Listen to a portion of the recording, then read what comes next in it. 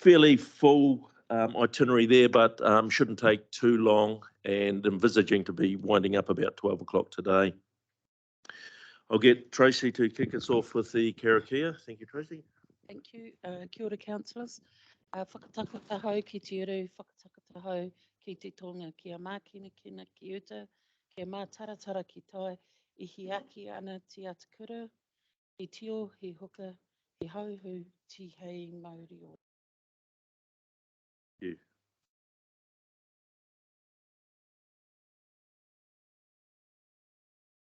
Right, apologies. We have two down, Councillor Downard and Councillor Graf. Are there any other apologies or items of lateness? I'll move they be accepted. And a seconder. Thank you, Chris. All those in favour? Opposed? Carried. Thank you. Confirmation of the agenda in front of us today. We can have a mover and a seconder. So move. Thank you, Councillor Story, and seconded Councillor Smith. All those in favour? Opposed? So carried.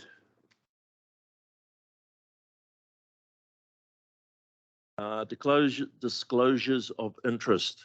Are there any disclosures of interest for any of the items on the agenda? I'll take that as a no. Thank you.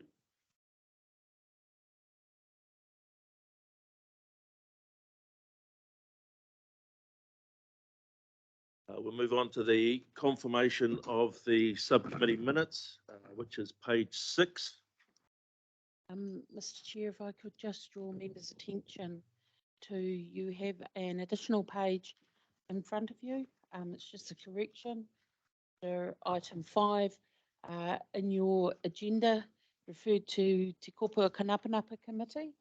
We've just made those corrections under the two matters there on the additional page, just with reference to the correct committees. Thank you, Tracy. I'd like to get all these done, ticked off in one motion. So we have the minutes on the 1st of February 2023, also the minutes for the submission subcommittee on the 14th of February 2023, and the 16th of May 2023, all to be confirmed as correct records of. A mover and a seconder. Thank you, Councillor Nicol. Councillor. Thank you, Councillor Hughes. All those in favour? Opposed? So carried.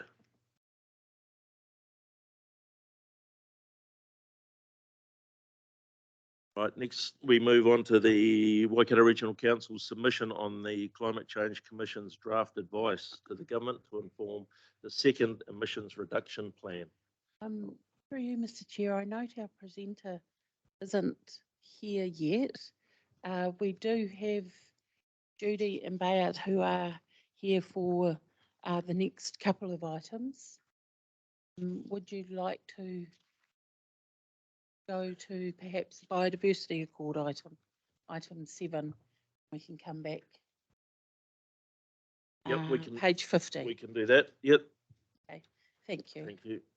So we'll move on to that Waikato Biodiversity Accord, as Tracy mentioned, page 50 in your agenda there.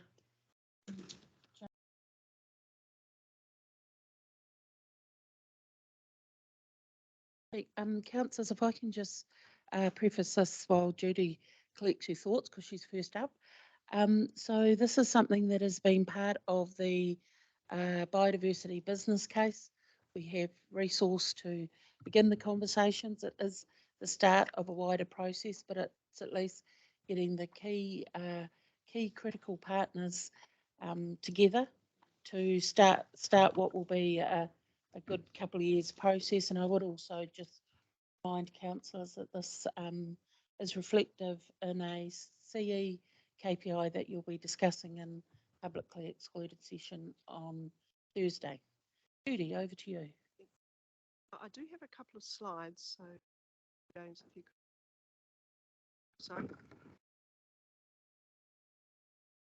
And if I think we've all met Judy, but for those who haven't, Judy's been with the organisation for, I'm going to say, a few decades now. Sounds terrible. In a number of roles.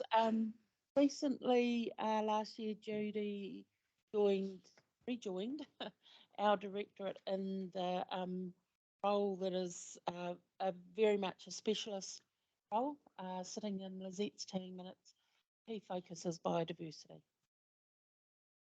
Thank you, Tracy. Morena, Chair and Councillors. Slide, James, if you could. Up. It'll be after that.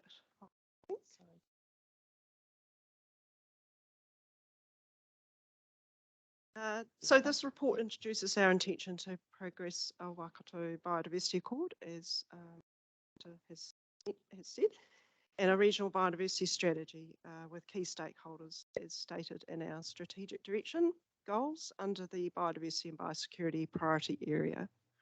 Next slide, please. So the Accord seeks to bring those organisations together who have got core responsibilities for biodiversity management to work together to develop a regional biodiversity strategy.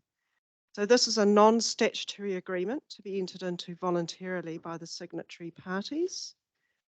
At this stage, we see that it will likely contain a purpose statement, a set of objectives and a statement of commitment, but this is flexible and we will see what the parties would like to have in this accord. So the principal signatories will be those with the statutory biodiversity management functions. So that's the Department of Conservation, the region's territorial authorities, the Ministry for Primary Industries, Kiwi2 National Trust, and also our key iwi partners. And in the report, there's a table that shows how the biodiversity management functions are apportioned across these organisations. Once the accord is formalised, it's proposed that the signatories work together to prepare a regional biodiversity strategy. So it's at that stage that we'll be bringing along and involving all of the other stakeholders involved in biodiversity management to help with this task. So that will include industry groups such as Federated Farmers, forestry industry, advocacy groups like Forest and Bird and so forth. So just a bit of context. So as you know, the National Policy Statement for Indigenous Biodiversity hasn't yet been gazetted. We're still hopeful that we will see it in some form in the next 12 months.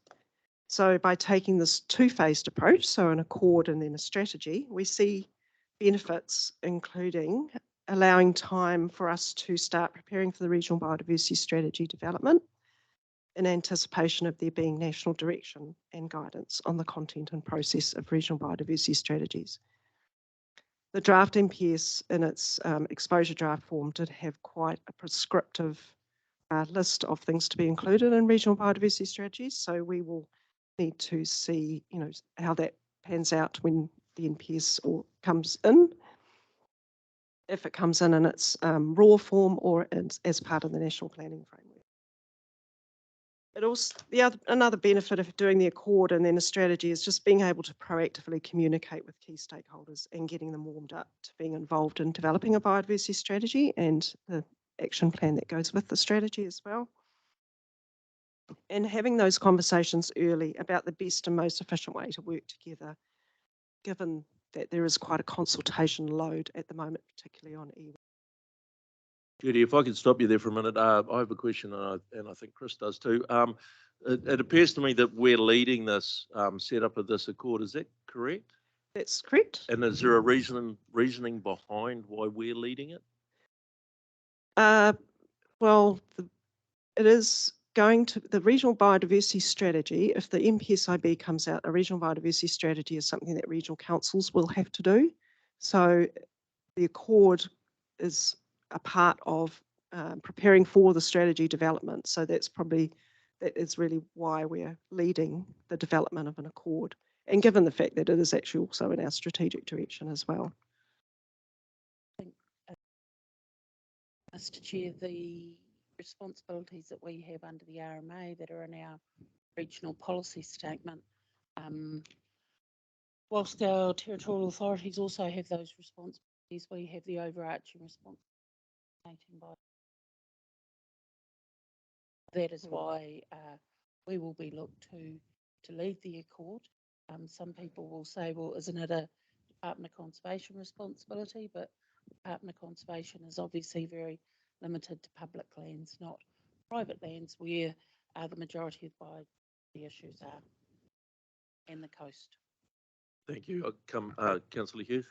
Just following on from the question that you've asked, if understanding it's not a statutory, That's I want to correct, know yeah. why we're doing it at this time. We spoke yesterday about the need for budget constraints, not doing anything which is outside our mandates, making sure that we stay focused, do what we do and we're required to do well. And I don't think we should be trying to lead this activity. Shouldn't be doing anything at the moment. Getting into election, we don't know what's going to be in front of us after that. There could be changes to the RMA. I'm really not support something where we're working a project which is based on his legislation, which we know is currently under review. Particularly being a leader, I thought we'd agreed that we were going to be followers rather than leaders in these areas in terms of first past to post. Yeah, I can't support.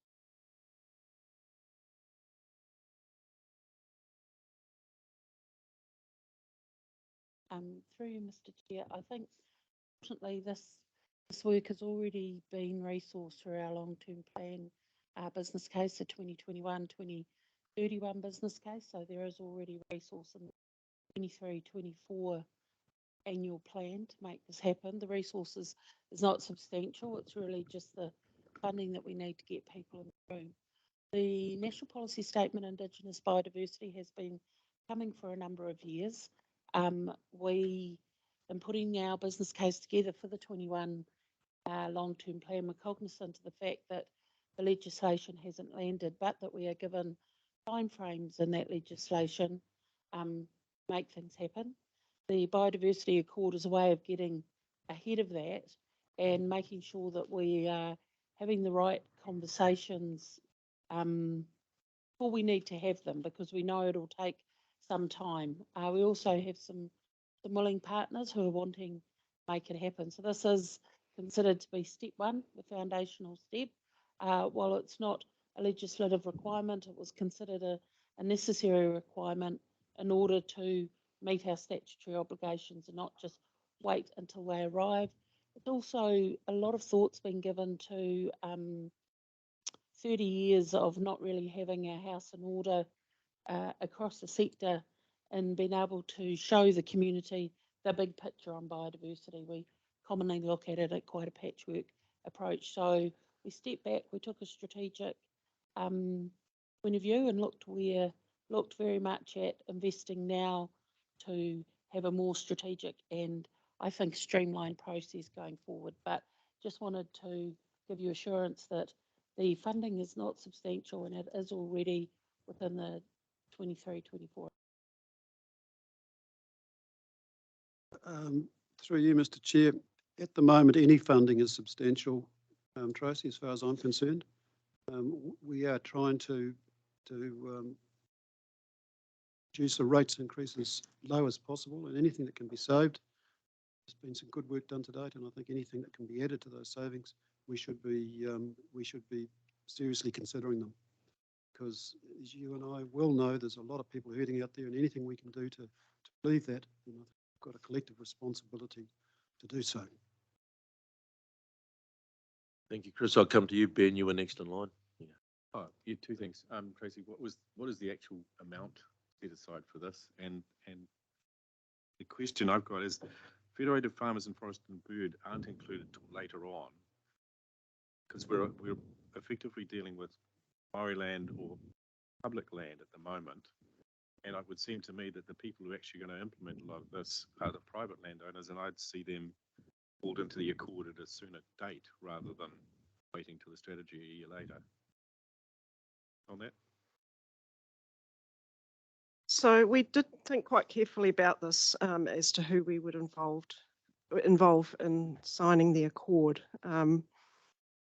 But we'd like to keep those accord partners limited to those organisations with statutory responsibilities in biodiversity management, so that we can work at trying to align their policies and plans with the regional policy statement and other statutory mechanisms as well.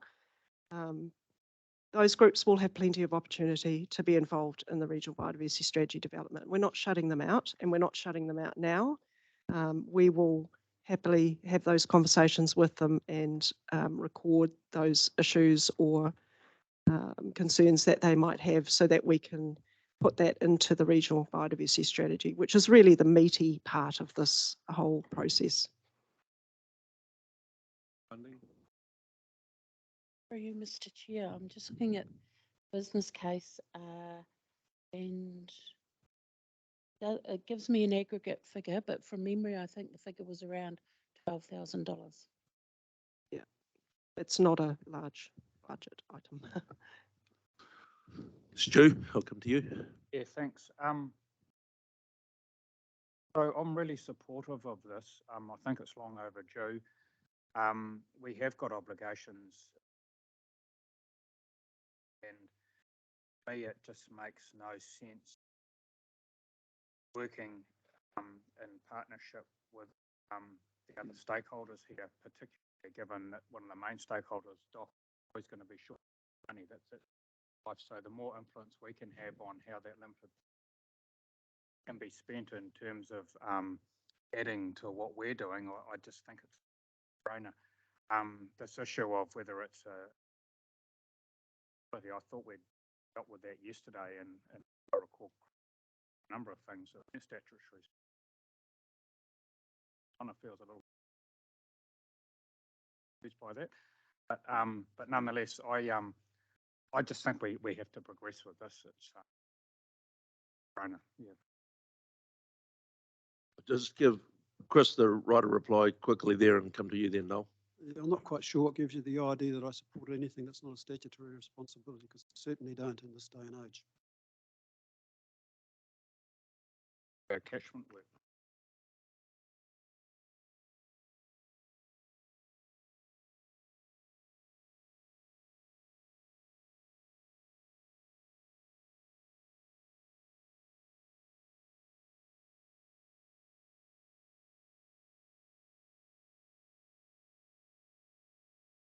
So I didn't classify it as not. I simply said that it was listed yesterday as non-statutory. So you're talking up two sides of your mouth, Chris.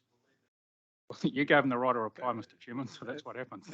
Thank you. And I'd just like to note, since October, this is the first time that I've crossed the floor to the left. So anyway, we'll move on to something more serious.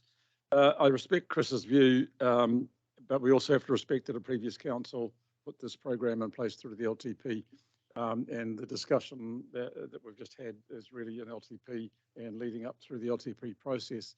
And I made some comments yesterday, which I understand some people took that I was for a lot of rate increases. The reality is, and this is the key word that I want to drill on here, is that while I support certain things to be done, I do support other things being dropped and a refocus. And I think that's where the LTP discussions come in.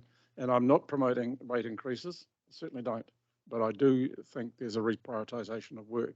And I think that's the discussion that I might find ourselves a little bit more aligned when it comes to that discussion. So I'll leave it at that. Thank you.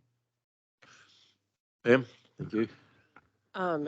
Yeah, I am supportive of this work continuing, as Councillor Smith has pointed out, and as the director has. Well, this was already afforded for in the annual plan, was part of the last LTP conversation. And I do believe that this work will lead to more constructive conversations, particularly with DOC, and we need to have those conversations facilitated to address some of the other issues that we're facing. So I'm supportive of this accord continuing. Mr. Chairman, there's just one more thing that I forgot to say. Look, I think we've all got to step back and look at what's right long term.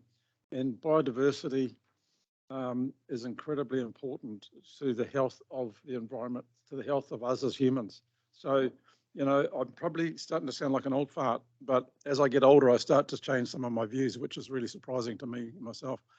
But yeah. And this table. but the reality is, I think we've got to step back and take a different look at the way we progress things in the world. Thank you. Yeah, and I'd just like to echo Pam's thoughts around us working a lot closer with DOC and having them involved, because they've got a huge responsibility in a lot of it at the moment. The floor is yours again, Judy. Oh, I sorry, was just Pam. going to say, it would be useful when we have these, if they've already had funding allocated and it's been in a previous LP, to indicate the amount and the doesn't appear like we've been asking for. Yeah, Judy. I didn't have anything more to say, actually. The questions came just as I was finishing, so.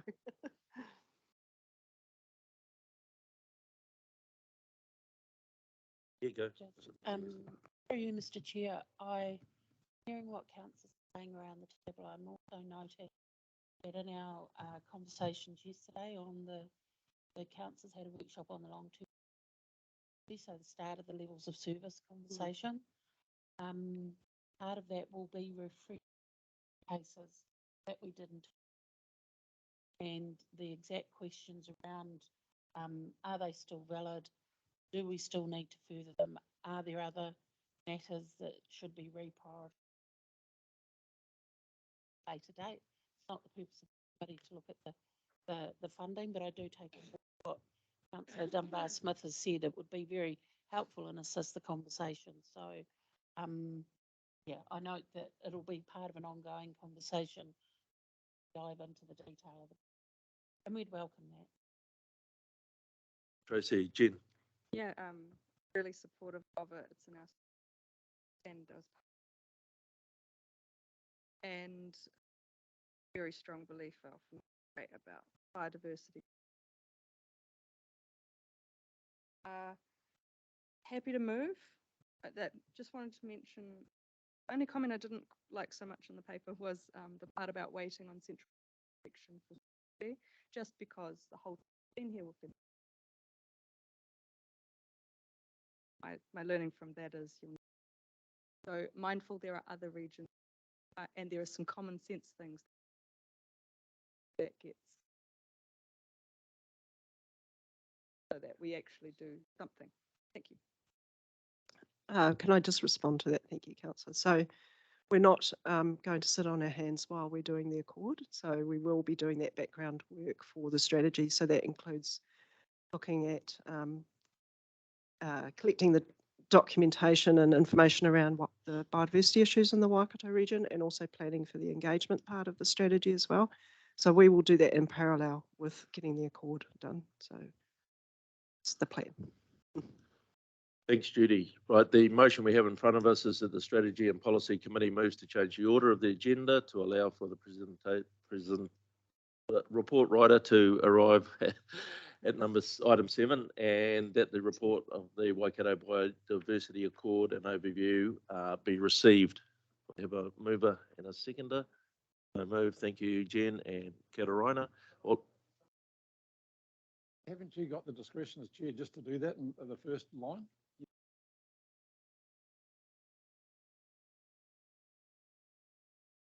Okay. Yeah. Through that. All those in favour? Opposed? So carried. We have Alejandro in the room, so we'll jump back to item 6. So councillors, we're on page 19 here. So this is our submission to the second, to the government to inform the second emission reduction plan. Just highlighting for you that the submission very much follows previous submissions you've had on this topic. We haven't introduced a whole lot of new information. We've in fact harvested from those previous submissions to make sure our matters are embedded, hopefully, in their thinking. And I think paragraph 4 there in the executive summary, really what staff are trying to achieve is a viable direction for climate action, and council submission touches on those matters in paragraph 12 that I'm sure Alejandro will take you through now. Thanks, Alejandro.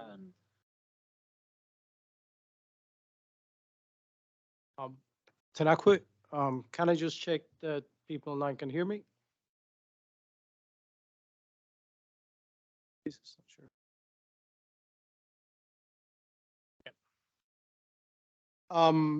First of all, apologies. The habit got the best of me, so I usually get a couple minutes. And I was in a meeting with MFE, wanted to talk to us about some of our significant natural areas information.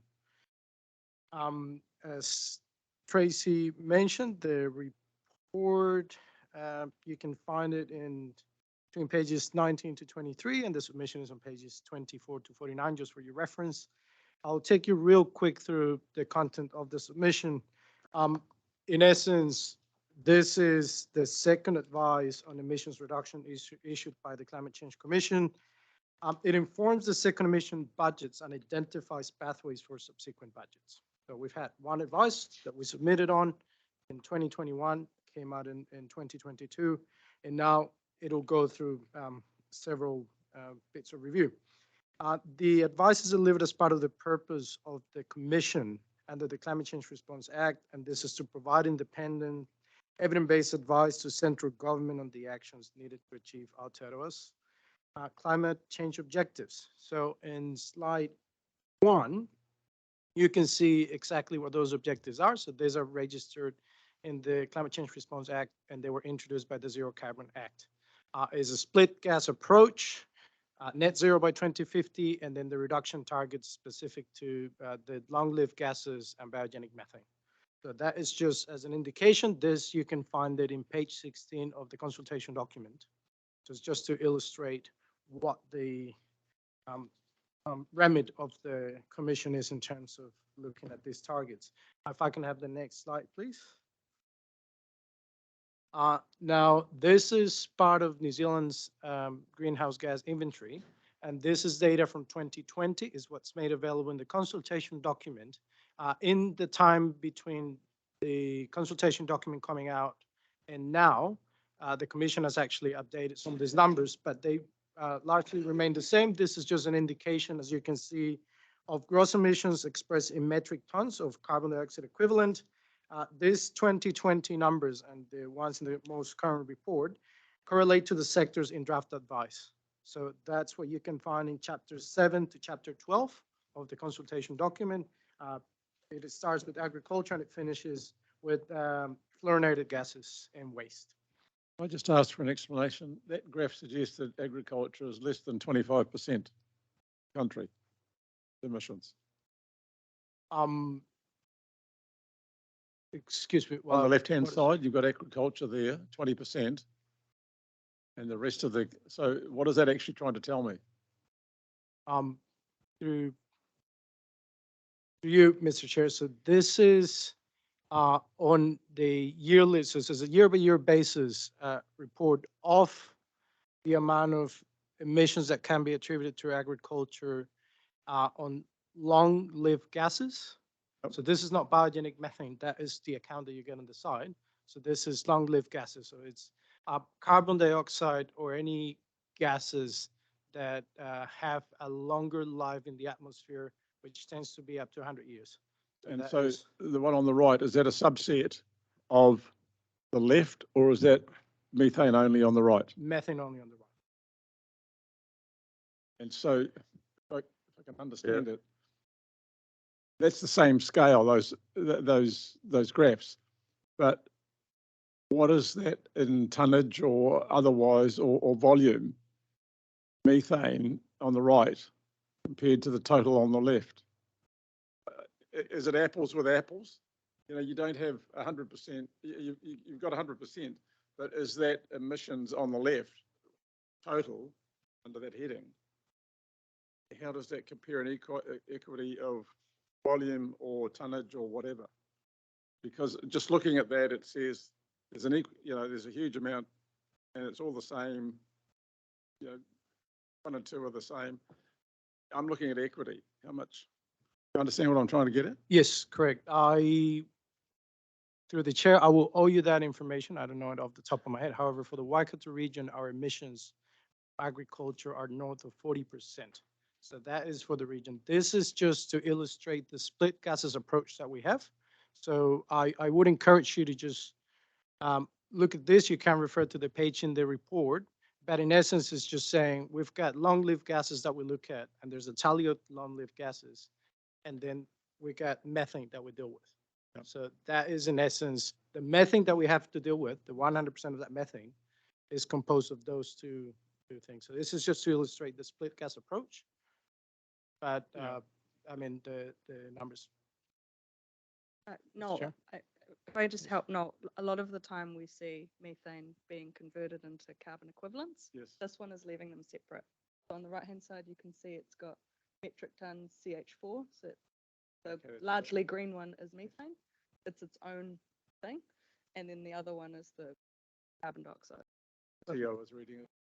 Yeah, Yeah. I can see why you asked. Thank you. Thank you, Alejandro. Yes. The submission was structured using the questions given online just by request of the commission. And for ease of reference for you while reviewing the submission, we have left the recommendations on the table. So you can see that once we get to the presentation.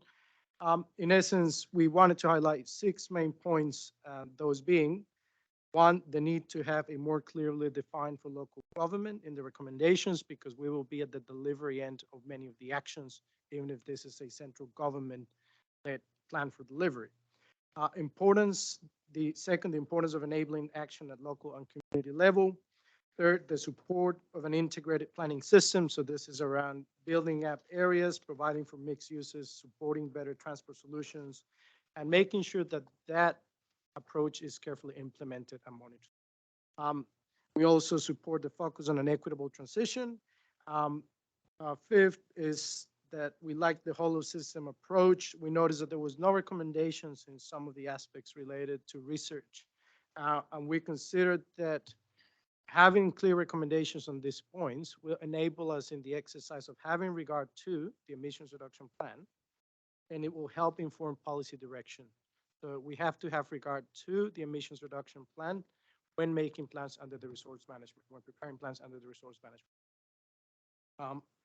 Lastly, for the waste solutions, we noticed that there was a bit of a technical solution focus, and we recommended that there could be non-technological solutions that could be applied. One of them was as simple as having all councils being mandated to have specific standards for waste management and recycling. Currently, the system is up to each of the districts to decide which waste management system they have, and this has resulted in inconsistent treatment of waste, which has not managed to divert as much as we like as a country from landfills.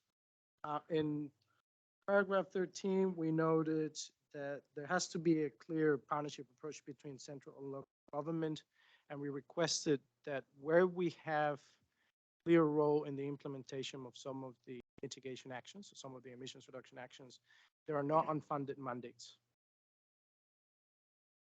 Happy I'll to just stop you there. questions. Do you have a question, Noel? Yeah, Oh. sorry. Yeah, I just want to go back to that graph because I've just worked based on metric ton. On the left-hand side, you've got 45.3 metric ton represented in that graph. And on the other side, you've got 1.3 metric ton. So, yeah, I'm just a bit of a cynic as a farmer. But you put those two graphs up side by side and you think they look at the same. But when you actually look at them, it's 45.3 versus 1.3. And I suppose I'd have to do some more reading to see if those other gases are the equivalent of methane, but just putting them up side by side with that, the scale is all to hell in my view. Okay, thanks. Yeah, there are the relative tonnages printed there. Yeah. Yeah. Just to be clear, this graph is taken straight from the document. This isn't a graph that we've generated. Yeah, understood.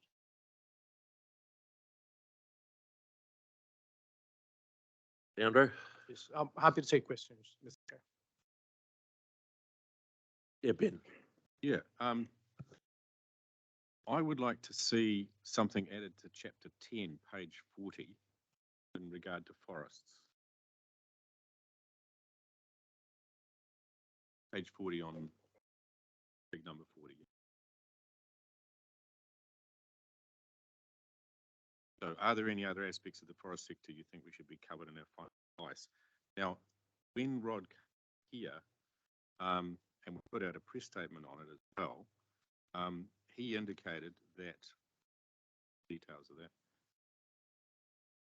he indicated that riparian planting and small plots are something that now could be considered seriously for mitigation of climate change.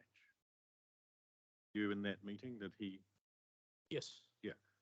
So the commission's stuff on forests no longer supports large-scale forestry as a mitigating factor, but they don't bring in the option of riparian planting or small plots, which he's now indicating could provide a solution specifically for farmers, and I think we should be picking him up ahead, making sure he reports it into his document.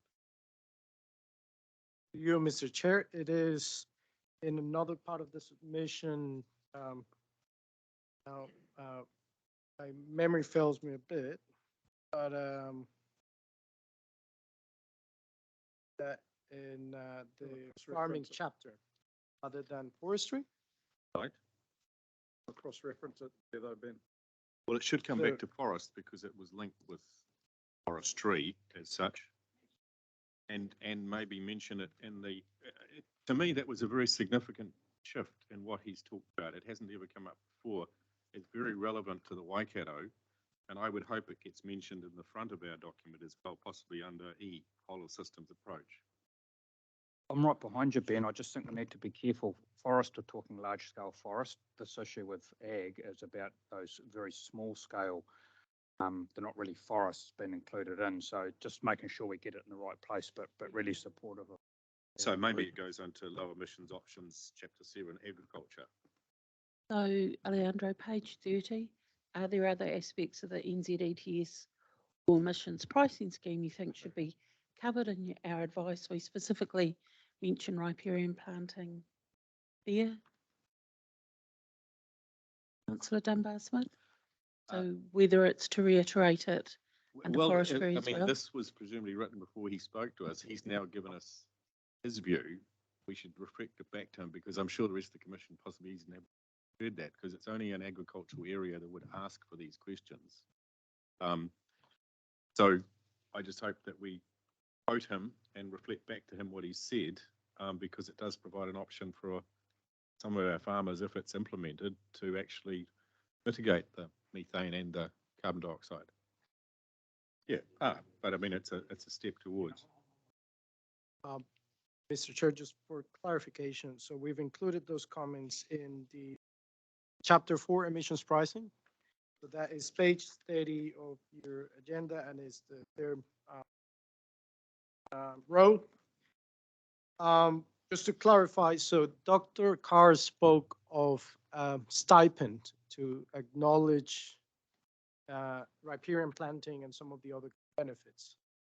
However, in the submission, we have retained the idea of it being included in the emissions trading scheme. This would be consistent with the other points we raised regarding the framework, where we asked for using existing institutional arrangements.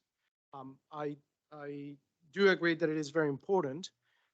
I would take direction from the committee if we want to advocate for a stipend or we want for the wording to remain that it is included in the emissions pricing, which is the financial lever that the system has to encourage people to do the right thing when it comes to emissions reductions. I don't mind where it goes. It's Okay. just, I mean, we're offering on this page 30, we maintain our offer to work with the government to develop methods to track emissions.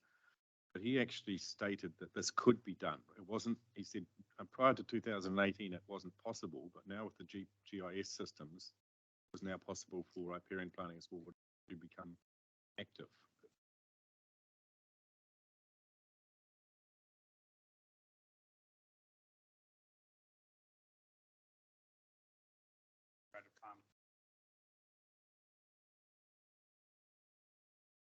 as I understand it, the issues for area around administration costs are very small. Correct. It gets comes to a point. So maybe a comment around the farm.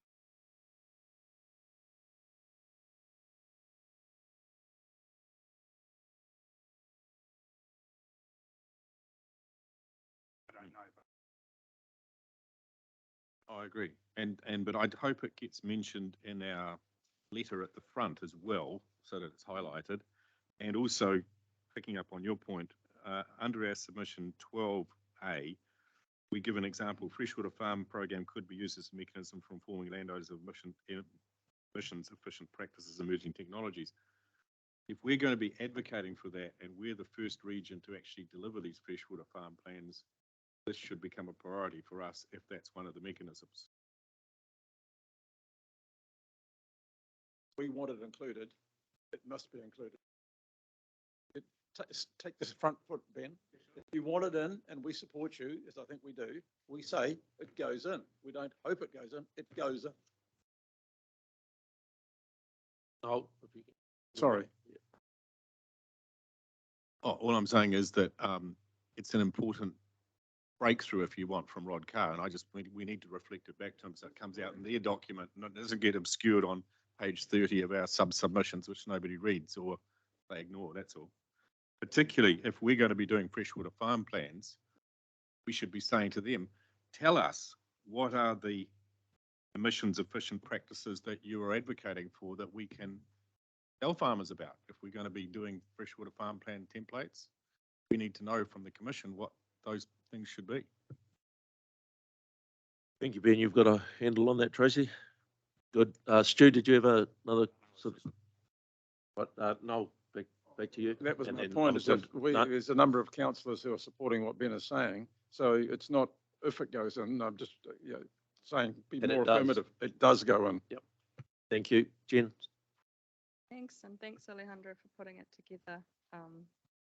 I've got a list of things I just want to mention. I'm not going to reference back exactly where it is in the document, but I'll pass it.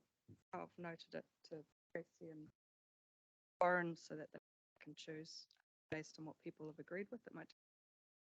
I thought when we talk about community energy, it would make sense to just emphasize the resilience aspect, that when you have a distributed system, just emphasize that resilience co-benefit more. Oh, yeah. Sorry, just bring that closer. We talk about urban form. Urban form is going to take a long time to adjust. In the near term, increasing public transport would be more effective at reducing emissions than waiting for that urban form change. So I'm just asking if we could put more emphasis on central government delivering on public transport. The putting more emphasis on upstream solutions to prevent waste, not just downstream ones. Ensuring change, this is one we talked about yesterday actually, because we talk about equitable transitions, so socially just transitions, but yesterday in conversation it came up, we don't want to make changes that decline natural world more, or biodiversity more, so they have to be just emphasizing that the changes that are proposed do have to make sense, both socially and environmentally.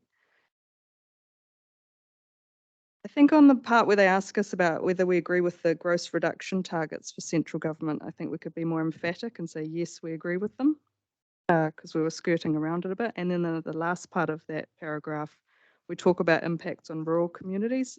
I think considering it's talking about gross emission reduction targets for the whole country, we could be more general and say the kind of things we usually say about impacts generally on all sorts of communities, all sorts of industries. Just seemed weird to pull that one out as a specific one. I would advocate not to use the word unavoidable emissions so often. I think that's a subjective term as to what's unavoidable, and that we just stick to using hard to reduce, because then the conversation's happening. Unavoidable is very final and shuts down the conversation.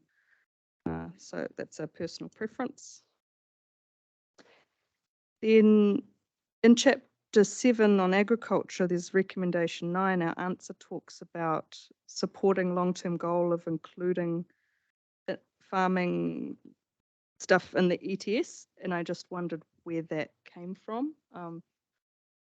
Is it the long-term goal that central government's already talked about, or is it our long-term goal from the regional council, or where does that come from? Because if it's not ours as a regional council, do we need to emphasize it? And that's coming back to what Ben was saying and what Rod Carr was saying, because he was sometimes talking down the ETS in the sense that that's not always the right place to be getting rewards for sequestration, noting that ETS at some point will actually hopefully finish. A long time away, I realise, but Sorry, if Councillor you could Nicol, answer that one now would be awesome. I'm just struggling to find that Ah. in our submission. Yep, chapter 7, agriculture recommendation 9. Go back and find you the page number. So we can, at 34.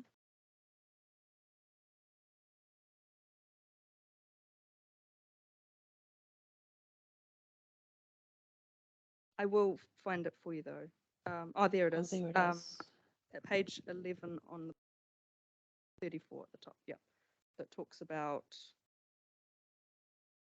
we agree with having a system that ensures emissions are priced properly to incentivize behavior change and technology uptake. We support an approach that recognizes and rewards sequestration. And I just thought could finish with a full stop if, because it goes on to say, and focuses on achieving the long-term goal of including on-farm sequestration in the ETS. And it's like, well, sometimes on-farm sequestration might go in the ETS and sometimes it might not. We were talking just before about possible future places that could recognize. So let's not lock us in, was all I'm leading towards. Thanks. When we talk about, I just thought it was an interesting point in the gas cooktop section. I've been reading a lot lately about how they're really bad for indoor air quality with asthma and other things. If we had a reference there that we wanted to use, it could be used, but I'm sure others will bring that up. So I'm not too fussed. On waste, we could emphasize that resource recovery and infrastructure is important for local communities at the local level, because often we just look at the, well, they talk about waste to energy and things, but there are these large industrial parts of the resource recovery infrastructure, but there's actually also in our local communities things that are needed to make all that work, because nobody's going to drive to Reparoa to drop their stuff off, for example. There's a point in the transport section about a really good point, delivering lump sum funding for packages of work, and it made me think of the Metro Spatial Plan. Just thought that could be in bold or put higher up, because that's something that's a really, really important aspect for this region to make some gains, for that to be supported. I thought it was interesting, we said in there about supporting the sustainable biofuel bill, since that was dropped recently. Do we need to mention it? I wasn't a huge fan of that bill personally, but happy for the committee to have, more feedback. But if we don't need it, I wouldn't include it. I haven't heard us talk in the council about it being vital to us. Last one was yeah, just around it was around Ben's point about ecosystem services, new funding mechanisms and all of that comes through, but we've had that discussion, so happy to leave it there. So if anybody significantly disagreed with any of those points, please do say. Those were just my takes from Tracy? Yeah, through you, Mr. Chair, just the matter that you highlighted there around the upstream solutions for waste. Could you give us an example of what you're talking about there, just to make sure we appreciate what you're saying? Yeah, sure. So that's the kind of stuff that the product stewardship and the, why am I having a mind blank? But it's a whole list of things that you can do to make Packaging. Yep. to limit certain things not being created in the first place because you don't have a way of recycling and that other stuff. Yeah. I was just going to say that possibly the issue regarding the woodlots could be in agriculture, chapter 7, as well as in forestry. It just could be a couple of times.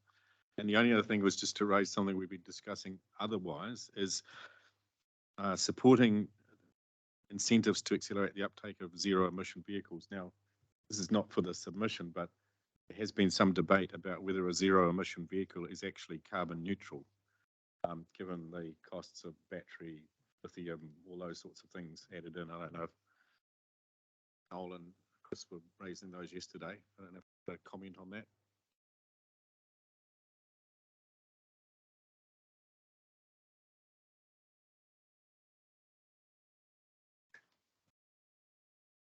Did it all yesterday, but not. Hasn't been measured.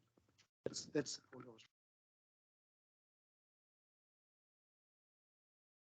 The effect on the economic effect. Environment has any country, but general probably disagree. It's a fact because they just haven't done the work. Recycling of wind batteries,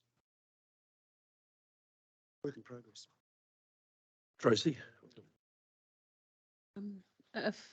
Sorry, if I can just perhaps help out. We had an extraordinary submission subcommittee in May. We we signed off on a submission then to do with the draft long-term EV charging strategy for Aotearoa, and we raised that issue then around not walking ourselves into unintended consequences of future technology. So perhaps we can pick it up from that matter.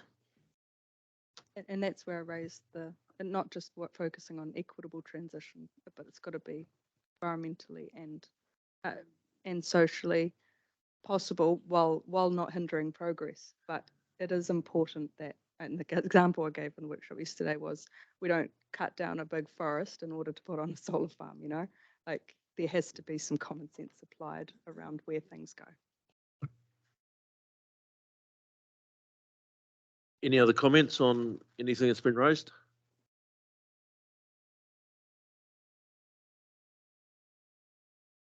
So, Mr. Chair, look, we'll take those comments on board. We will have a look at the submission. Leandra and I will put up something for the chair to have a look at to make sure that those matters that are raised are incorporated where we can. Yeah, could those be circulated to the submissions committee before you sign them? If I can just respond to that, we implemented a process where the matters are either signed off at this committee or signed off by myself and the chair, because the way of circulating them to everybody means we're getting into conversations that are outside this room. And council at our last triennium, we ended up with too many variations and versions that caused a bit of confusion who signed off what. So where we landed was we either have the conversation here and go through it and make the amendments here, or you trust that staff have heard you and leave the ultimate decision making with myself and then through to the chair. I respect that, but the reality is, got a submissions committee, there's time, the submissions committee just go through it and say, yep, that's fine, or raise an issue with the chair. They thought it was this, just have a look at that particular issue. Not asking for the whole committee or the whole council to rule. Got a submissions committee for that process. So what, can I? Yeah. Sorry. Yep. So one of the reasons we adopted this sort of approach was as Tracy has outlined, that we didn't get further debate of what was in or what was outside of the meeting of this committee. One of the ways that we ensure that staff have heard is we ask for the director to summarize what she has heard the committee say, and that's our sort of final, sorry, with under your chairmanship, that's sort of a way of the committee getting some comfort that the points that have been raised have been heard. And so I'd encourage, Look, the I'm on the director same page. We've either got to do it that way or to come back as a committee. Otherwise, you'll go to talk with them and then I won't know what you're doing. Possible way. And so I'll come back to you, Jen. And for confidence, Tracy takes copious notes and I am taking notes too of all the points and the speakers that have raised them. And if they go completely off track, we hold them into account at the next meeting. And through you, Mr. Chair, I think that's important. If you will get a final copy of the submissions, that is something that Councillor Dunbar-Smith did ask us during council induction when we were going through this process, so that if there are changes made, and the chair has also asked once those submissions have been finalised that they're also sent to everybody. So you will see that. Alejandro, can you just help me? When does the submission period to this close? Close on the 20th, so we got an extension until tomorrow. Thank you. If Jen, yeah. I got to sit in on one time, I think it was the last emission reduction plan advice, because it was massive. And the first one, I got to sit in with Pamela and Tracy, and I can say it was a really good process. And gained huge appreciation for how Tracy keeps the messaging that comes from our council very consistent from submission to submission, as well as really considering what everyone has said. I took a lot of confidence from that process. Yeah. Alejandro, yeah. Yes, to you, Mr. Chair. Just 2 points to clarify from your comments, Councillor Nicole. On the upstream solutions for waste, that is included in the recommendations from the first emissions reduction plan, and there's a few actions that government has already exercised, and there's a few submissions that we have made in that respect.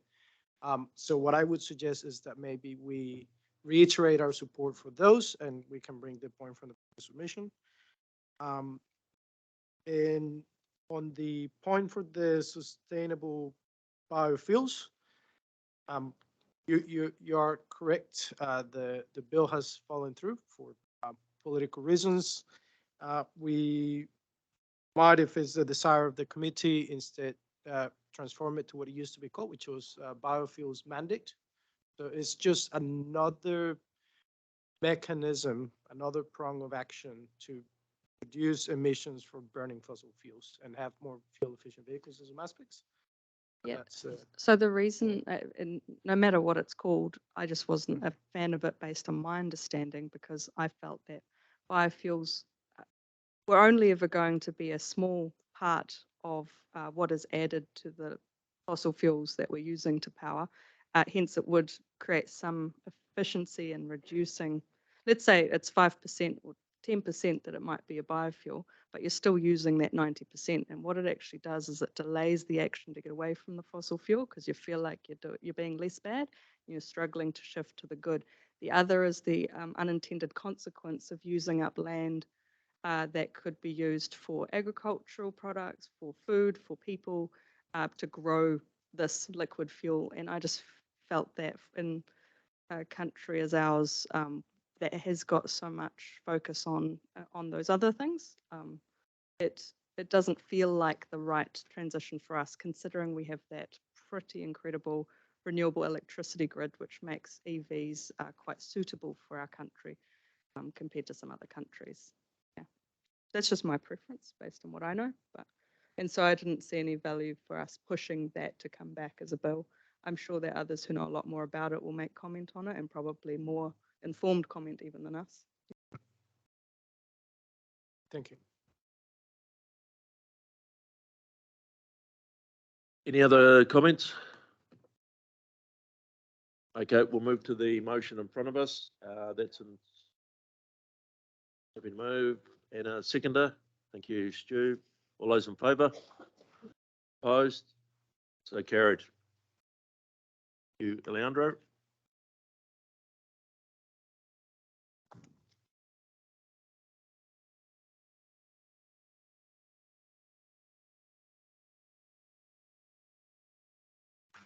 So next up, we have a report on the Waikato progress indicators. Yes, that's where we're up to.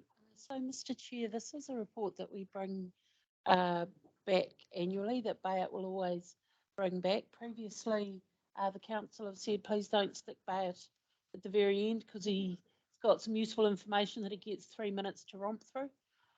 You would have seen, if you are looking at these thinking this is vaguely familiar, Bayat presented to you as part of your orientation program towards the end of last year, which is, this is looking wider than just our natural and physical resources and is really looking at the region and some of our progress indicators. The indicators are what they are. I know that sounds a funny thing to say, but they are what the data tells us. And I'll really pass over to Bayat to take you through this. This is an incredibly valuable piece of work that Bayat's been leading in the organisation for a number of years. It is picked up by other organisations. Over to you, Bayat. Tēnā koutou katoa. Thank you, Tracy, and thank you, Mr. Chair. The purpose of my presentation is to give you the annual overview about the Waikato Progress Indicators. I will start off with a bit of background for the benefit of new members from the last election. First time listening to that sort of annual overview. And then I discuss some of the results that came up in our most recent review and including the most recent results, and also look at how does it fit in terms of our work program and what's next, what have we planned. So the WPI, as we call it for short, are really taking the pulse of the Waikato region overall. It's a bit like if we go to our annual medical checkup, we take a number of tests and blood screens and everything, and then we sit down and check what does it mean, has it got any worse or better, and if there's any problem, delve more into the details. So it is a set of 32 indicators providing that sort of high-level picture of how we're doing. It enables comparison between all the what we call the well-beings as the LGA in terms of going across economic, social, and environmental data and indicators. And it helps us to evaluate progress with our purpose statement that includes those 3 well-beings in the diagram you can see. Working together for a Waikato region that has a healthy environment, strong economy, and vibrant communities. Next slide, please. All the information, by the way, you can check on the website. We have a number of products, and I also brought along a handout that includes on one page the main sort of products and information from the update. So we can circulate that now or after I finished.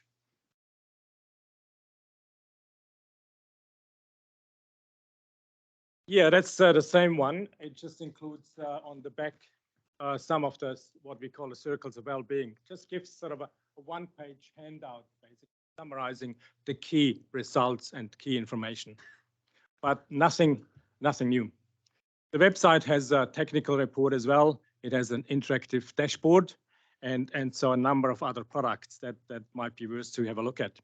One of the key outputs is what we call the report cards. Each of the 32 indicators is comprised in one of the report cards, which includes the overall sort of what is this indicator? In this case, it's educational attainment. So what is it? It's the percentage of school leavers with NCEA level 2 or above from Ministry of Education records. So it gives all those details. It gives the results, obviously. It explains the relevance of this measure, why we chose it, what is important about it.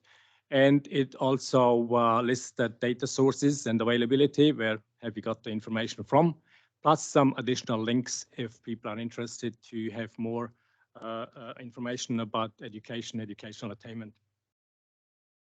Next slide, please. Another product is collating all these 32 indicators onto one page, what's called the scorecard, and that's in your agenda paper. So here we look at the trends over the last 15 years, roughly, where we had good data available up to the latest available, and we group them into those economic, environmental, and society social well-beings. As you can see, the trends are about equal. We got about 11 negatives and 11 positives, and some of them, the rest, about 10 of them, there is no significant trends over the years.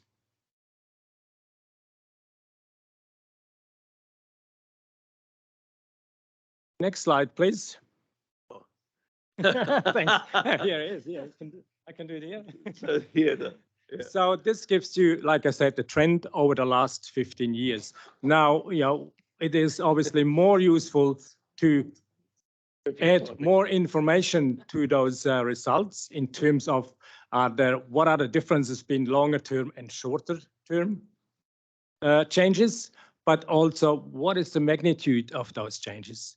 And that's what we call those circles of well-being display. There are a lot of information in one page or on one circle, which is basically the purpose of collating all that information together into one view.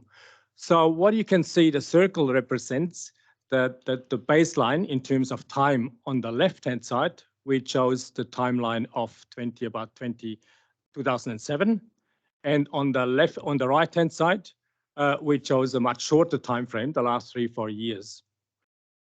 And we plotted those indicators, the results, along a line, sort of like spokes out of the wheel. If you can see, the magnitude of those lines represent the magnitude of the change. So that's quite crucial, and it gives you much more information than just having a plus or a negative in the scorecard. So if we look at those sort of positive changes, they include the green dots, and in the long term and in the short term, there is quite an overlap. Trends are generally similar over the long term, short term. They can change and vary, go up and down sometimes, but in some cases, there are quite significant changes over time. I'd like to focus on two aspects that we certainly noticed quite a significant trend if we follow it from longer term, 12 years to now, and that's crime. Crime used to be really quite high around sort of 2000, 2005. It then had a steady improvement over the years. But now, since about 2018, we find that the crime rate returns to increasing trends. And then obviously a number of reasons for that, but that's one of the things that is quite a change if you compare those two circles and look at the crime, which is on the right-hand side, about in the middle. The other one I would like to point you to is educational attainment. Again, we had a steady increase between sort of 2005 and recently in terms of how we did and how well we did in terms of improving our educational attainment. In recent years, that trend has sort of flattened out and is even decreasing a little bit. So again, if you compare those two, you can see that the changes. Yeah, if I can stop you there, sure. come to Pam for a question. Just a couple of questions. Thank you very much for the report. Always interesting to see how things change over time. First question is on the water use. So this is on the front page with the downward red arrow. Water allocation as a percentage of primary allocated water, Waikato River. I thought there had been a change around that allocation, and now we were no longer over allocated because there had been some who had given up their allocation. That's right. We are not over allocated. The reason why we decided to give it a negative trend is that even if we push towards the 90% of allocatable water, there is an increasing stress on the environment. But you're right, it's not breaching any policies or anything. It's not over allocated, but in terms of a trend, it's not going in the right direction. Obviously, we would like to have water used, but mainly used efficiently and not as much as we could. And there are changes over recent years. We have seen sort of like the water care consent obviously being issued, and that had the cost now for staff having time to catch up with all those other consents along the Waikato River to fit in. Yeah, I guess I just raise it because on one hand, we put out messages that say, oh, we've addressed some of these this over allocation, but then you see something like this and you go, wait a minute, that doesn't align. And I think it's really important that we are sending clear and consistent messages. And if we've got something that isn't clear and consistent, then there needs to be some explanatory wording around that. I suppose the next comment I would have is looking at the long-term trends versus short-term trends. When I look at housing affordability, that doesn't seem to, because it appears as though it hasn't changed either in the 06 to 07 or in the shorter term. And that would again be contrary to some of the messaging. So then I go, no, and I'm not saying that's affordability messages are coming from us, but I just am interested in when the narratives we hear out in our communities don't necessarily align with the data that's being presented to us. So just interested in some commentary around that. My last comment would be when we see significant changes in some of this data, where does that then trigger action out of us? So where does that then, do we look at something and go, well, that's a shocking turn of events. We would like to do some further investigation, or we would like to put some resources into understanding how either we turn the tide or otherwise. So interested in where this then leads to action from this council in the way we either set priorities or set policy. So there'd be a couple of comments there from me. Thank you, Pamela. Bruce. Oh. Yeah, Yeah. yeah, that's what I was waiting for. Yeah. Yeah, I can comment on those. In terms of water use, as you would see, we have included a footnote in the report, and certainly the technical report discussed those issues. But you're right, I think it's a point that obviously people just see the arrow and say, oh, negative, what's the matter? And so we need to look at the messaging around that. Housing affordability, we have chosen one of the indicators that is sort of widely used, and that includes housing affordability, looking through three sort of issues of the price of houses, the costs of maintaining a house in terms of insurance rates, dare I say, and also mortgage payment. And then the last important factor is sort of the rate of lending, the costs of lending itself. So all of those, they partly over the years were sort of going in different ways. But recently, I would expect that in the near future, over the next 2-3 years, we will see that shift coming from increasing unaffordability because of, at the moment, both the house prices go in the wrong directions and the lending rates. And last point in terms of so what? Yeah, good questions. I have a slide in terms of where we link in with external and internal agencies. Maybe we can wait till then, and I try to explain some of the things that you mentioned then. I'll come to Noel and then I've got Stu. A couple of issues. The first one is subjectivity versus objectivity. You commented on the water use, and you said the reason we gave it this, that, and the other. And I just wondered whether, was it subjective or was it objective? Did you have actual measures of which you went tick, tick, tick, tick, equals result, blah? Or was it a feel good or feel bad and you just, it's a bad one? We include both measures in those 32, subjective and objective. In terms of water use, that was clearly objective, measured what is being consented and has been allocated from our databases. So that's a figure. The other issue, crime. The effect of the 501 started to be felt in 2018, and it's still being felt today. The other issue is the South American and the Asian criminal groups are really targeting New Zealand. Still a member of the Police Association, funnily enough, and I still have a lot of contact with colleagues or former colleagues. And really the community doesn't know the real picture. And the reach of these criminal groups is so wide, and it's in mainstream, and it's affecting people that we know. You know, 1 in 4, 1 in 5 people So chances are you've got friends that are on it, meth and the likes. So cocaine. It really is bad news, and I'm not sure that our police are resourced sufficiently. And some of the soft legislation that police have got both hands tied behind their backs now. Governments and former governments talk tough, but the reality is they hamstring. And someone said to me earlier, Commissioner who's very soft on these issues. So anyway, I'm probably banging on a bit, but the reality is this is a reflection about the community, but it's not something that we can actually do a lot about. Yeah, that's quite right. And yeah, for most of these indicators, in fact, we are not sort of really at the interface of taking actions. And if you look at some of the positive stuff in the report, two of the things that we are responsible for is sort of road safety. And that has been improved a lot over recent years. We are still behind in terms of national average, and I'll come to that comparing it with national average.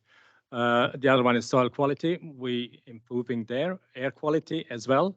So in those measures that we are responsible for, there are some positives, and as well as some not so good ones and negatives in terms of water quality and a couple of others.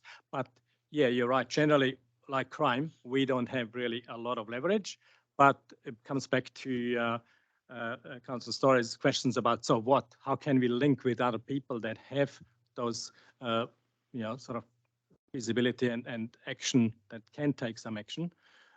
In terms of crimes, our indicator is the actual offences that are what we call victimization. So it's reported offences. And you might have seen last week, there is obviously a lot of offences going on in the crime area, which is contrary to what sort of perceived maybe as nothing being done. But and this is reflected in our statistics. There's a lot of more offences over the last year, 21, 22, and now. Yeah.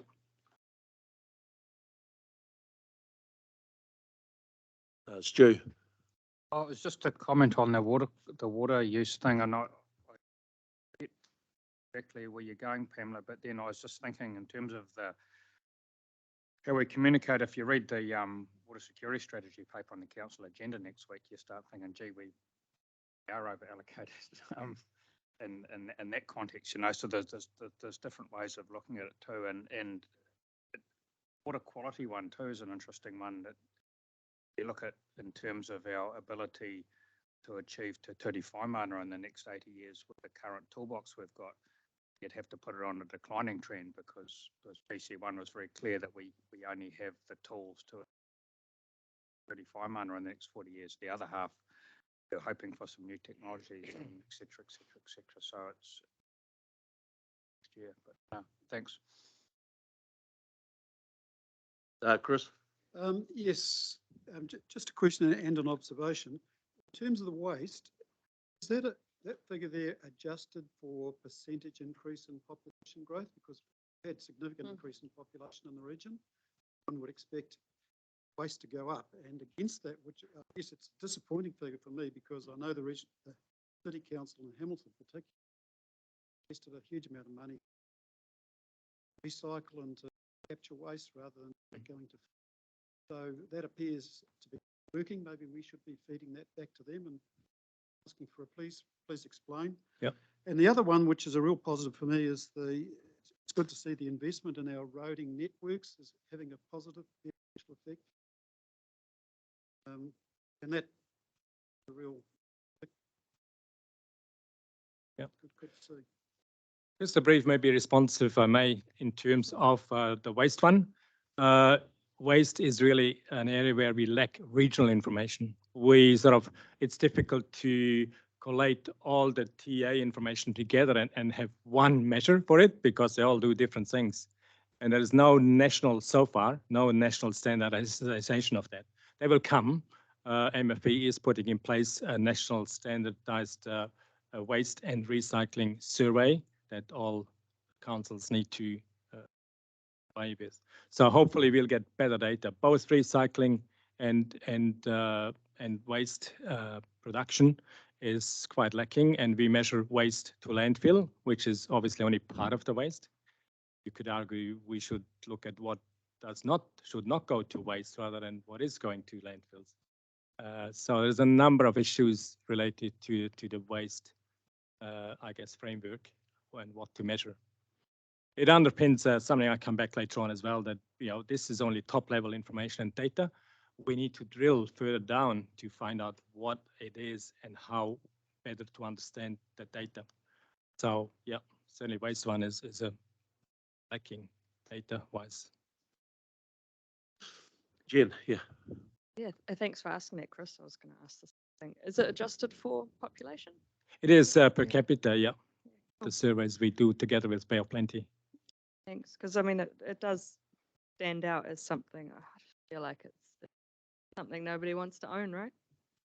And so, do you see anything on the horizon other than that standardized survey that does look to make any change in that space, or do we just come back in a year or two and it's just where's the same? Do you see anything on the horizon? Yeah, I think through that MFE national standards on waste measurements and stuff, there will be, and it's linked to sort of subsidies they provide as well to TAs, so they have to do something. The other additional factor that is an impediment is a lot of the waste work is done by contractors, so it's confidential information. And again, how do you get access to that and put that into the picture?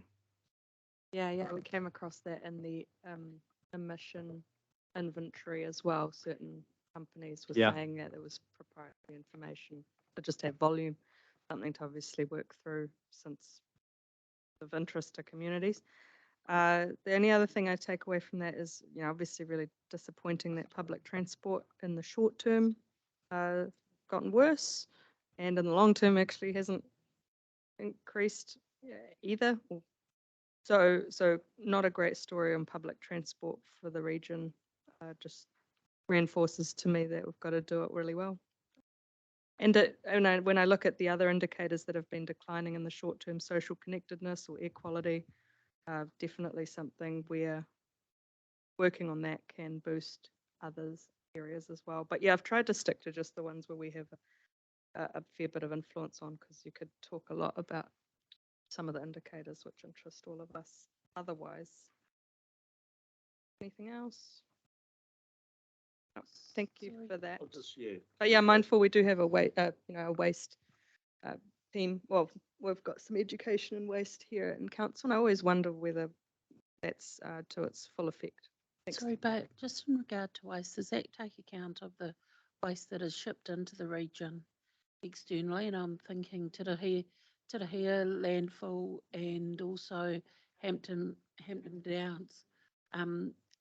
Are those quantities incorporated in that figure? Again, as much as feasible, because it comes down to that contract arrangements again. How is recorded Hampton Downs, for example, when they come in? It should be fairly easy, but some of it is confidential. The survey team, Bay of Plenty, Waikato, tried their best to differentiate between what's coming in from outside into the region, because obviously if we do per capita, it doesn't make sense. If we do it per capita, Auckland and Waikato, it would be much less. Ben, I'll come to you. Oh, it just picking up that point about less use of public transport. This is something we're responsible for. Can you explain why there's a decrease of 9.1 in 2007 to 4.7 in 2021? What's going on that caused a halving of the number of people using public transport? If you look over time, there was certainly an increase until about 2014, 15. Then there was a bit of an economic crisis, and after that was COVID. So those were the two, CFC and COVID were the two big factors that had an impact on public transport. And now obviously a third of the population or the working force working at home on a sort of on per day basis. So that's big. And for a while, there was obviously the fuel costs were quite high, so public transport went up. And then it went down again. People thought, okay, petrol is cheaper. Let's just drive and see. Yeah, I was just looking. We've got the figures through here to 2000 and 2021. Yeah, it's a significant fall off between 2020 to 2022. Yep. Okay, COVID, basically. COVID and working from home. Yeah, Yeah. and obviously driver shortages, all these issues, you know, it canceled some of the public transport, the buses, and yeah, it was a difficult time. We only now getting back into, and it will be interesting, and I hope those figures will come up again to where we were before, if not increasing above those. No. Yeah, just going back to what Chris raised, and I'm not sure whether it was touched on over at the other side, but the waste issue, I think you said it's based on per capita. Yeah. But then it's really best guess, isn't it? It's not because you don't know where it's coming from. It's getting skewed, and we don't really know whether it's Waikato based or elsewhere. And so, you know, like for me, it's credible. It's got to be credible. And I use the example, when I was in the police, we were having 700 plus deaths a year. That was back in the late 70s, early 80s. We've doubled the number of cars and probably more since then. And we've more than halved the road deaths, but we've got 3-4 times the amount of millions of kilometres per, you know, and so the rate is actually not halved for the road kilometres per person. It's probably only 20-25%. Yeah. And so there is significant increases in reducing the death rate per kilometre travelled. But if we don't know where the source of this is coming from, this is really only your best guess, isn't it? And I'm not trying to pick holes in it. Really, it's up the top. It says worsening trend, but you know, maybe it needs to be asterisk that based on best guess. Yeah, I mean, you are quite right. I'm not happy with the data we have now on waste. And we discussed, yeah, should we keep it in or not? And yeah, that's why we put those report cards together, which give sort of the limitations of the data as well. But if people don't read down to the level of the report cards and just see, again, just a tick and the two figures, they think, wow, well, that's really bad. Yeah, and for this organisation, I would really want it to reflect accurately what's going on. So I'd probably challenge why we've got something that we can be accurate on. Guess. Yeah, so it is mainly the 2020 data and the most recent report that we did with the Bay of Plenty. That when we looked at it, we thought, yeah, is it really comparable with the previous one? And why, if not, what are the differences? And we certainly will wait for the next one and see where we are and try to improve and get towards that standard approach required by MFE. But then obviously we lose that trend, the historical data, and start again. But perhaps you can asterisk it. You know, there was some, and well, this is best guess this year. You know, data. Yeah, just doesn't sit well with me. That's. Yeah, I have a question. Just around the coastal ecosystem health, what goes into making up that rating? That is a measure that our coastal team developed based on what other regions do as well and overseas. It's basically looking at the health of the organisms living in estuaries, so near shore, place, and looking at how that changes over time and having an assessment. It's similar to what's done in the rivers in terms of macro invertebrate index. So by looking at the various animals, you have an index or a measure about the health of that location. And again, sort of the details, are in the report card and in reports. Thank you. Yeah, Jen. I wanted to say thanks, Beat, for taking on board the feedback about including the short-term trends as well as the long-term trends. I remember from our last conversation, it's really cool. It's made a lot more useful, but it is a bugbear of mine as well about data integrity and stuff. And I just wonder what the regional council could do to help those collecting the data to make it better. Or is there a review of the Waikato progress indicators of changing some of this up on the horizon so that we do have better data in the future? But yeah, just curious whether there's pressure that can be applied from this council. to help you get the data? Because it just seems like such a basic thing. Yeah. Thanks. I refer in one of the next slides and come back to that you. questions precisely. One last one before you carry on, Chris. Yeah, Pete, I'm not here to shoot the messenger, but I'm just I'm interested. There's a lot of these activities that have got nothing to do with regional council. We've got no control over them. We've got no influence over them, and I just wonder why we've got them on there. Is it a feel-good factor? Because by your own admission, there's no precise measurement on a lot of these things. They're best guesses, gut feel, whatever it might be. We can't influence the outcomes. We can't change what's going to happen in the future. And I just wonder why we bother. Yeah, I mean, obviously that's the questions that we discussed when council decided to establish the set of WPI, those indicators. And yeah, it was based on we are local government. The LGA requires us to promote the four well-beings. It also requires through the RMA, and you will see through the local government reform process, through the RM reform process, well-being is a strong focus. And while we may not make decisions on social and economic issues and be part of it, it is important for what we do. And yeah, I gather you had some discussions yesterday about the importance of the environment for the rest of the economy and for people's well-being. And that's exactly why this council, with our functions, we actually have a lot of influence and decide about a prosperous economy and the health of our people. And yeah, we may not realize that, and we may not always communicate it in that way, but it is more than environmental management for the keeping our natural resources in a good health. It is to enable our resources to be used by the economy and to have a healthy environment to enable people to recreate and to enjoy the environment and much more. So that's why we decided, yeah, this is something that we give a picture and we share that with the agencies that have more influence in some aspects than we have. Come to Tracy's for a question before you move on. But the one, I guess, measure that I'm always interested in, and council had quite a significant conversation about this yesterday, around community engagement. You know, that is one that on page 58 of our agenda, which I think is the 2018 to 2022, the short term, that shows that community engagement hasn't found itself in glory.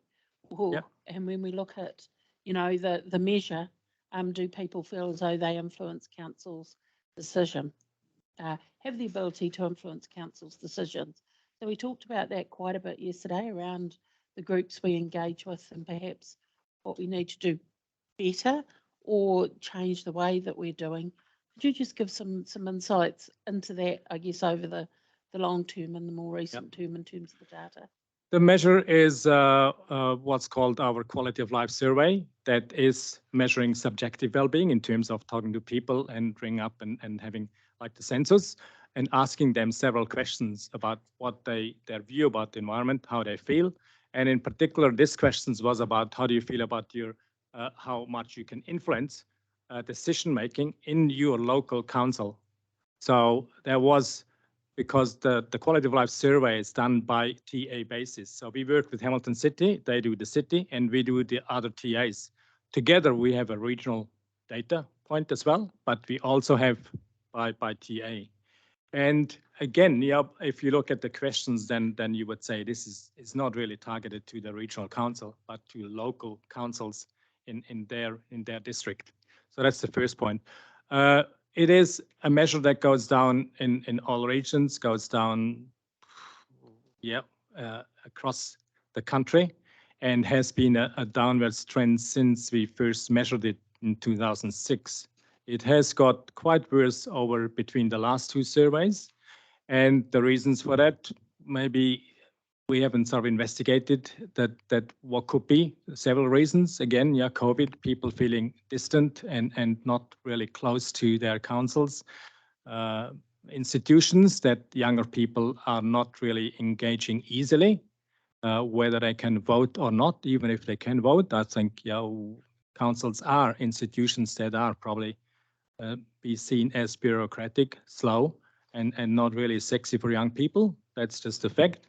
So that's sort of my feedback on where things are. It's first of all, it's not really targeted to us as a regional council, and it's a nationwide phenomenon and even internationally.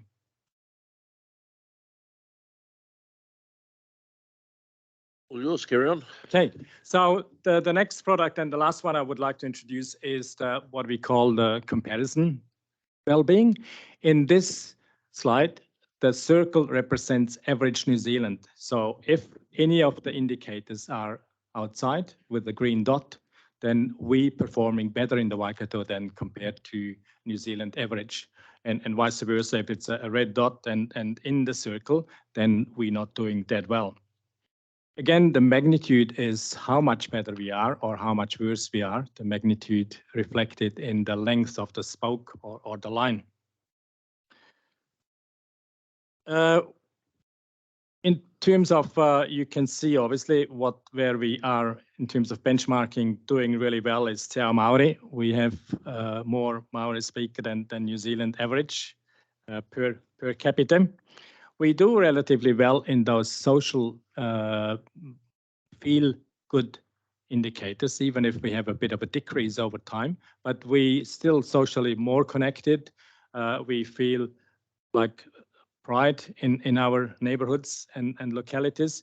We even have a overall better life satisfaction slightly than New Zealand average. So we basically a happy bunch socially. And economically, it is a mixed picture there. We have increased building activity more than nationally, the average nationally, and that's expected over recent times with the growth of in the future-proof area, Hamilton, Waipa, Waikato. But then we also have a little bit less positive picture in terms of income growth and GDP maybe compared to national average. So this is again one of the products that we can compare ourselves. How do we feature with nationally with average New Zealand? The next slide, I'd like to come back to some of the issues raised in terms of so what are we doing with those data and how do we link? One of the key uses internally is obviously to provide some insights into our purpose and strategy, the strategic directions at that sort of higher level. We have selected indicators of those 32 that are relevant to us. We have them built into performance measures or annual report, LTP, and contributing to the state of the environment report. And a number of other statutory and non-statutory documents like the transport indicators are in the land transport strategy and so on. Externally, we work together with Hamilton City Council closely, especially in terms of the quality of life survey, and so sharing the costs of that. We work with the government in terms of their well-being agenda, so we have the same or similar indicators like Treasury does with their well-being reporting and Stats New Zealand. We, most importantly, I think, we work with our communities in terms of some of the trusts and probably most relevant at the moment with the Waikato Wellbeing Project that you have heard from Harvey Brooks at the last meeting, I think. So this is really an opportunity to work with them to share the information from us. So the key principles of the WPI data is really they serve multiple purposes. They're not just published and that's it. They're used several times by different agencies and internally as well for different purposes. And that helps to give sort of the, first of all, cost-effective use of data, but also it helps to make them consistent. So we have the consistent messages giving through those. And we think most of them are really credible and people use them with maybe a couple of exceptions that we heard today about the waste one, where we need to think about how we can improve that. Next slide, please. I just briefly want to touch on that, but that's the message I've given before, that really indicators are only indicating at the top of that pyramid, WPI. These are the summed up figures or data of some other measures that are sometimes below. And we need to take into account and drill down into those aspects of the data to interpret what it means at the top level. Just one aspect is that, again, quality of life survey that we do by district. So doing the information, having information in local different areas by district or even by communities is obviously important. Regionally, data can be masking trends that are quite different at a certain locality or by a TA. Similar if we go and look at the data by age or gender or ethnicity, income level, and social economic deprivation that we do some work on, things look very different within the region and from one end to the other. An example I have there is sort of the indicator of how proud are you to live in your local area. And that can vary from, regionally, the average is 64, but if you look at different TAs, it can vary from Hamilton is probably at the lower end. Yeah, Hamilton and Waitomo sort of 54, 56 to up to 78 for Waipa and Taupo. So yeah, there are differences in there. And interestingly, even if we look at the age groups, under 50, they seem to be less proud of their local area than the over 65s, 73. So I'm quite happy. So that's just importance that really we need to drill down in those data. And that's why it's important for us, next slide, to work with other agencies. Next slide. And that's the last one. The WPI is actually a very small program of work within council. It is budgeted and the budget is there in the current LTP. It includes about 25K of labor costs of myself, and then about 28,000 to look at data purchasing, doing surveys and data analysis. So it's a small part. It is essential that we do most of our data by working with others. And again, the key principle is sharing the data.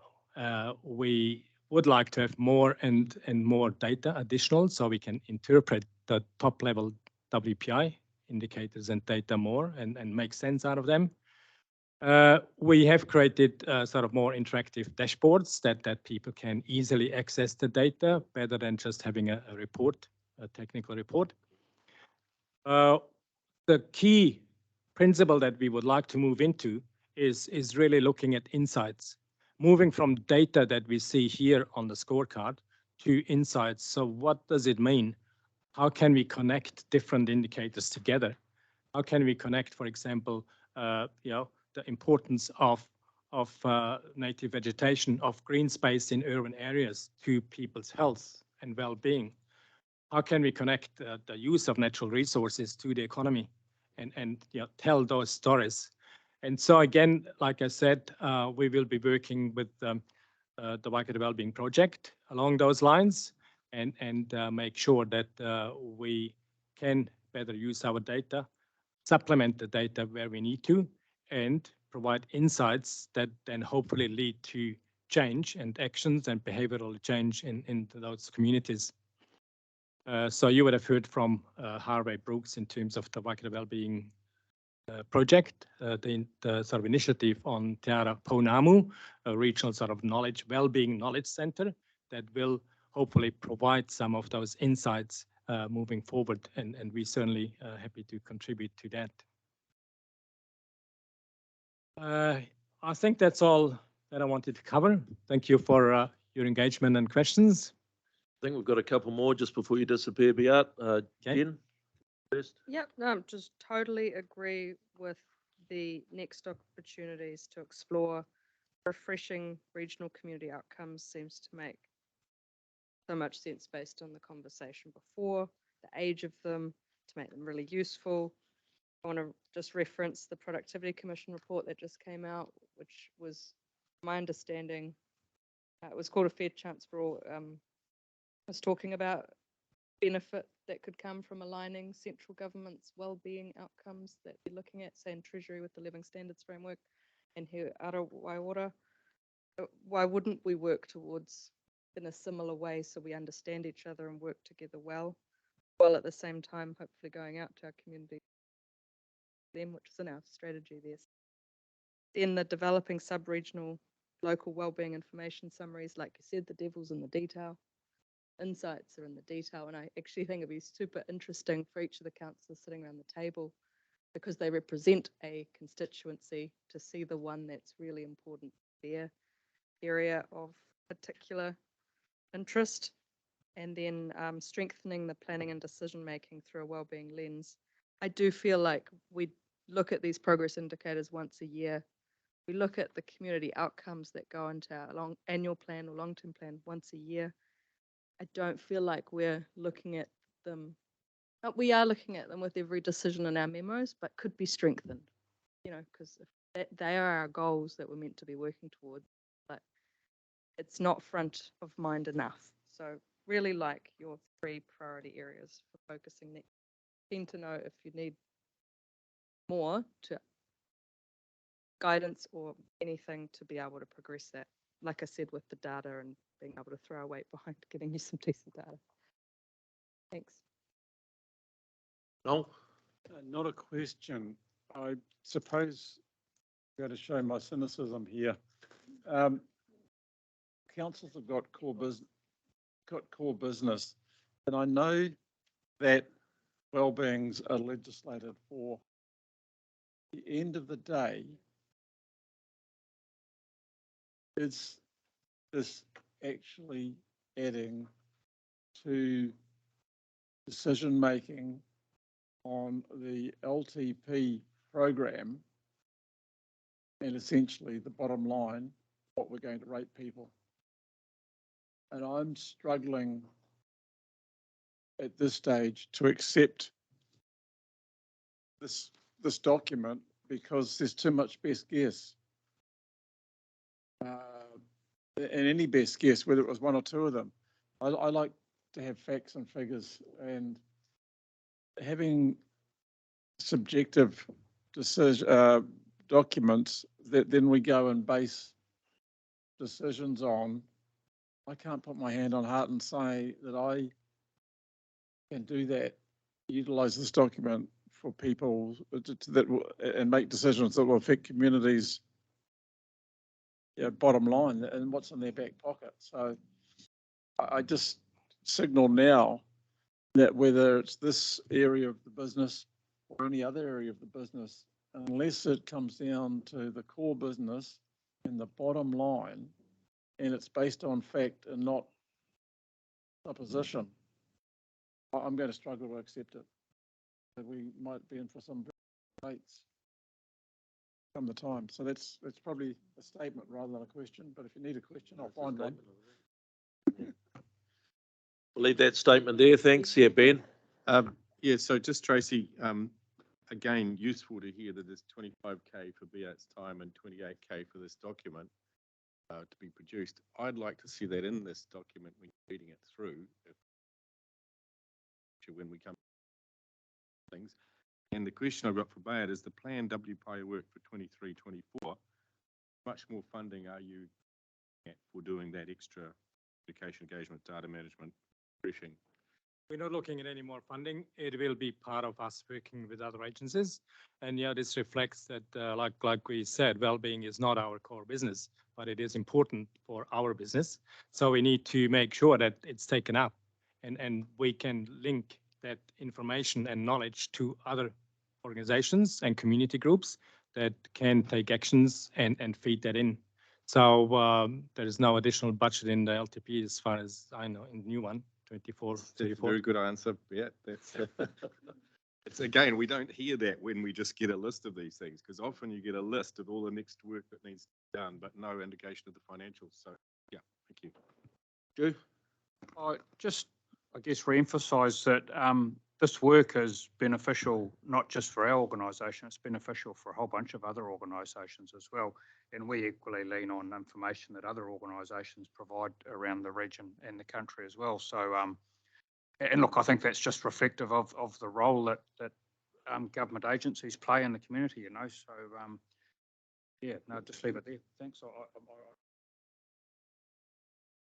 Just one quick one for me, Beat, on wellbeing. Do you think we're going to see a spike after the Chiefs losing on Saturday? It depends what sort of well-being. I think the morning after probably less likely. And I hope for next year we will be much better off in a year's time. Perfect. Good answer. Right, so that brings us to the motion on the table that the report on the Waikato progress indicators be accepted. Thank you, Stu. Thank you, Ben. All those in favour? Opposed? So carried. Thank you, Beat. Thank you. The council is happy that we roll right on through. There's not too, we've got a couple of reports coming at us. There's not too much left.